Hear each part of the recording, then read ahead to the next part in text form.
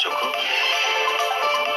Jagatsinghpur एरसमा medical जीवन सहित खेल फैमिली प्लानिंग जाइथिबा महिला मृत्यु भूल इंजेक्शन दिया जाइथिबारु गला जीवन अन्य जने महिला भी गुरुतर कटक बड़ मेडिकल चली चिकित्सा सीडीएमओ कहले घटनार हेब तदंत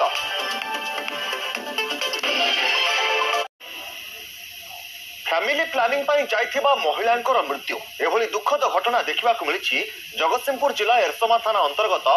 गड़हरिशपुर पंचायतर मठसाही गाँव में गाँवर सहदेव कांडी 29 वर्षीय झील कामिनी कांडी निजर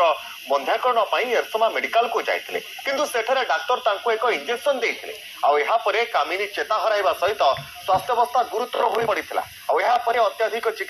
अधिक चिकित्सा जिला मुख्य चिकित्सालय एवं परे कटक को स्थानांतर करा जायथिला आउ सेठारे तांकर मृत्यु घटिथिबा परिवार लोक अभियोग करिसेंती कामिनी सुस्थ थिले आ ऑपरेशन पूर्व तांकु जे इंजेक्शन दिया जायथिला आउ जहा फल से असुस्थ होई पड़िथिले बोली परिवार लोके अभियोग करिसेंती खाली कामिनी नुहंती सही मठसाहीर आउ जने महिला सरस्वती मुर्मू भी अस्त्रोपचार पई एरसमा गोष्ठी स्वास्थ्य केन्द्र को आसीथिले से भी गुरुतर अवस्था कटक बड़ मेडिकल चिकित्साधीन अच्छा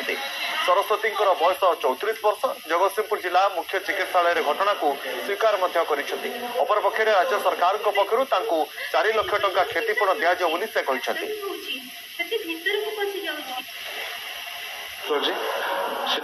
ऑपरेशन बेड को जाए जो आम सीडेसन निद हाँपाई गोटे इंजेक्शन दिया हुए प्रोमिथाजिन आ पेंटाजोसिन सेटा देला परे तार प्रोबेबली रिएक्शन है सीटा को लेकिन गला बेलू पड़ जाए मुझे देखा था सब भाइटाल गुड़ा माने किसी रेकर्डेबल नहीं रेकर्डेबल हो कि पल्स भी रेकर्ड हो बीपी ना सैचुरेशन बहुत कम पेंटाजोसिन फिनरगान देला पर से पेशेंट कन्वल्सन से शॉक गला माने हचेत हो गला से आमर जहाँ माने चिकित्सा देके हेडक्वार्टर नेला हेडक्वार्टर आम ये medicine specialist gynae specialist TB specialist माने रिवाइव करी कटक पठेदेले कटक तार मृत्यु मेडिकल जगतसिंहपुर कौन होता तार कौन फैमिली प्लानिंग ऑपरेशन थिला तार कौन सीरियस हो जाती कैंप थिला ना कौन आज्ञा आज्ञा